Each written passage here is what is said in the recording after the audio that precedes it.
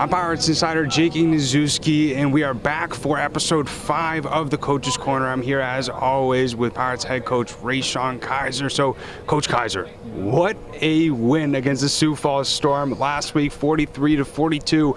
I got to start off. What was sort of the feeling from you on the sidelines, especially once the clock started ticking down? Well, I know at the end of the game, we didn't manage the clock well on the offensive side. We caught a timeout too early with 13 seconds. I really wanted us to call a timeout more like 3 seconds, just either we're going to win it or we're going to lose it. I didn't want Sioux Falls to get the opportunity to get the ball back, to get a lucky field goal and find a way to beat us. So it worked out for us. I mean, that's arena football at its finest. I mean, we'll take the win how we can get it, but I know we got a lot of stuff to clean up on to get better. And then especially once you saw ultimately the Storm miss that field goal to win the game, what was going through your mind? Thank God. No, we needed that win as a team. We couldn't afford to lose 2 in a row. So it was a weight lifted off our shoulder as a staff, as an organization, as a team. So, you know, we're just trying to build this second half of the season and take this one game at a time and hopefully run the table. You know, run the table. I mean, we got 7 more games on the season. Like I said, we're just trying to go 1-0 every week. And what can you say about a guy like Mike Glass backing up Alejandro Benefield and coming up in these big situations? We not only saw him, come in for Dro during Quad City, had a great game then, and then was able to come up huge on the last 2 plays to ultimately help the Pirates win against the Storm last week. That's a big credit to Mike. He's a hell of a player. I always tell him that he's a great player. He got a lot of potential in this league, even to move up to the next level. But coming in off the bench cold in a critical situation to where he had to make a play to win us a game, that shows a lot about his character. So he's a team guy first, always, and we love to have him here. And then I got to ask, because I know a lot of fans are thinking this in their mind, is Alejandro all right? Oh, yeah, he just kind of got banged up. I think he fell on the ball, kind of got banged up a little bit, got the wind knocked out of him, but he's perfectly fine. We'll see. We're taking it day by day this week, and we just going to make him a game-time decision. And then, obviously it was great that you guys got the win in the end, but overall, how would you assess how the team played, especially in such a close game against Sioux Falls? Well, we got a lot to clean up on. Offensively, I know we gave up 4 sacks. That's a little too much. Gave up 163 rushing yards on the ground on defensive side. That's too much. That's 2 back-to-back weeks we gave up over 100 yards rushing. And missing tackles on the defensive side we still making that mistake by missing too many tackles. What else? Coming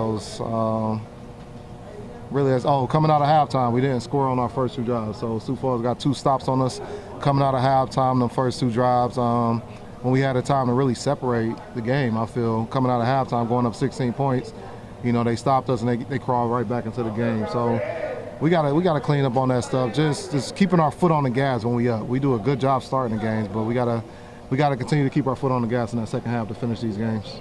And then looking at sort of what you mentioned about the guys missing tackles, we saw Dalton Snead. Anytime he really ran the ball, the guys were able to stuff him at some points, but there was times where he was able to either juke him or get past him in one way or the other. Same with Nate Chavias. And so specifically looking at being able to make those tackles, what specifically is the coaching staff doing these practices to fix that?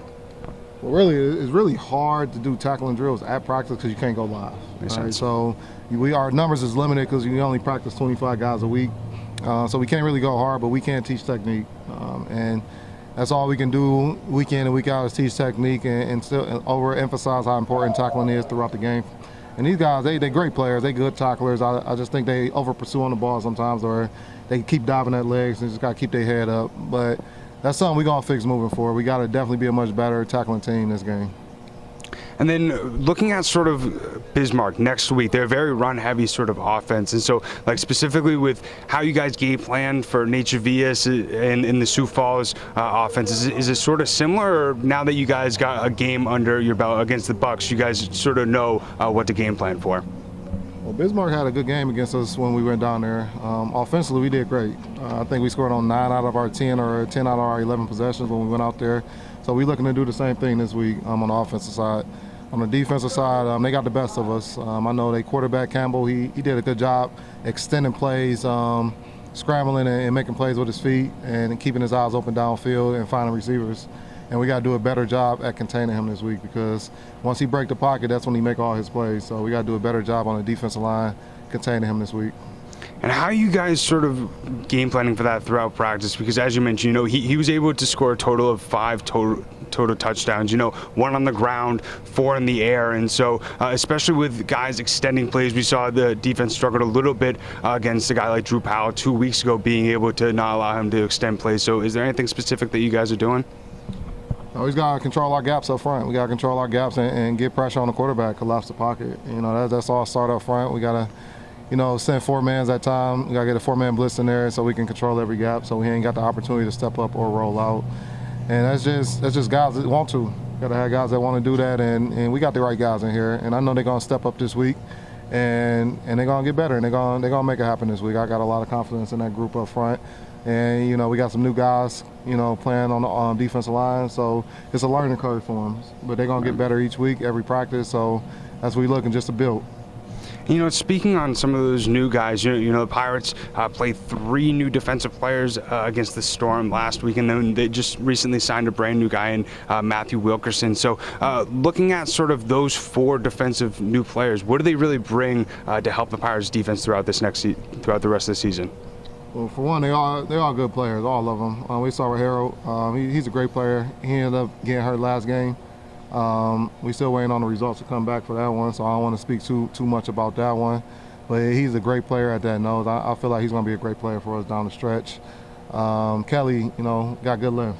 Kelly got good length, long arms. We love having him here. He's just new to the game, got to learn the game, got to get better with everything. A lot of the stuff happening quicker, and he's just got to get used to it. But he's getting better each week. He's getting better each week, each day actually. Matthew, he'll be in tomorrow, so. We got to get him caught up to the speed of the game, get him caught up on the playbook and everything. But he's going to be a great player for us as well. And who do I miss? Oh, Kevin McGill. Young DB, but he got a lot of, athletic abilities in that back end. And I'm working with him a lot on a day-to-day to make sure he get caught up to the speed as much as possible, because it's a lot to learn in that back end. Right. I mean, especially talking about guys acclimating to the new game, as you mentioned, Stacy and Kevin are both 2 guys that have 1 arena game under their belt, but they're still sort of learning the ropes. And so how have you seen their progression over the last week or so, learning the new rules? And is there anything specifically that you're doing through film or through practice to really help them get acclimated quickly? Well, yeah, actually, that's a credit to Kevin and Stacy, because they came in and only practiced 1 day with us last week, and we had to throw Stacy out there in the fire on the defensive line to start the game. And I wasn't expecting too much from him, but he did what he can do for us, and he actually played pretty good. For just only having 1 day of practice, new to this arena game. And Sioux Fall's got a complicated offense over there where they do a lot of misdirection stuff. So I know a lot of stuff was coming fast at him, but.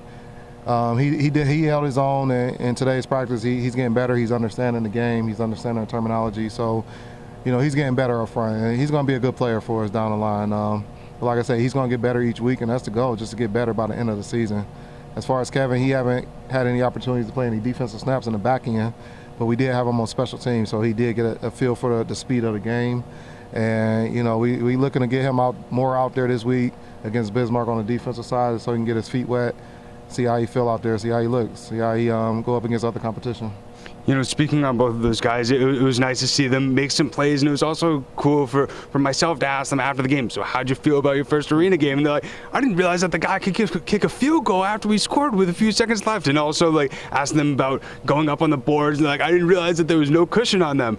So it was interesting to sort of hear their thoughts after their first arena game. But especially with a win like you guys had against the Storm, how does that bring the whole team together?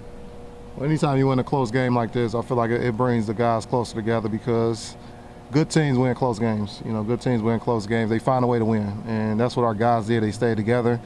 Nobody stopped believing that we wasn't going to win that game. And, Mike came in there and made a hell of a throw to T.O., and he just made something happen. And, like I say, wins like that is what brings these guys closer together. And you could tell at today's practice just alone, the energy was high. Practice was great. One of our best practices of the season, I feel. So we looking to build, and like I say, get better each day. That's our biggest thing. I'm going to keep preaching that. We're trying to get better each day. And then, really looking at the Pirates being back at home, how nice was it, especially last game, but this next game, after that 2-week road trip, with it being fan appreciation last week, having the support of the fans, how good it feel to be back at home? I feel it's great, man. We love our fans in the Worcester community for coming out and supporting the Mass Pirates. We hope to see more fans, actually come out this week for the military night. But we're trying to get as many fans as we can there at the DCU to fill up the places. We need to start having our home field advantage like Arizona had their home field advantage. So once we get more butts in the seats and start making it more loud and difficult for these other teams, we can start having that home field advantage. But we appreciate the fans that do come out and support us. And like I said, we hoping to continue to get more fans in the seats. Couldn't agree more, and we greatly appreciate everybody tuning in each and every single week to the Coach's Corner, and any videos that the Pirates organization puts out, the support really means a lot, and also at the games as well. It's great to see the fans having fun, excited to see the plays, especially after last week's win. But if you have not yet, make sure to go and get your tickets on masspiratsfootball.com/tickets. They're also available on Ticketmaster. But as always, greatly appreciate everybody tuning into the Coach's Corner. If you have not yet, make sure to subscribe on YouTube. Each and every single week, Coach Kizer and I sit down with a few other coaches sometimes as well to give you guys, the fans, the inside look on how the coaching staff is preparing the Massachusetts Pirates each and every single week for their upcoming game. But greatly appreciate everybody tuning in. We'll see you guys next week.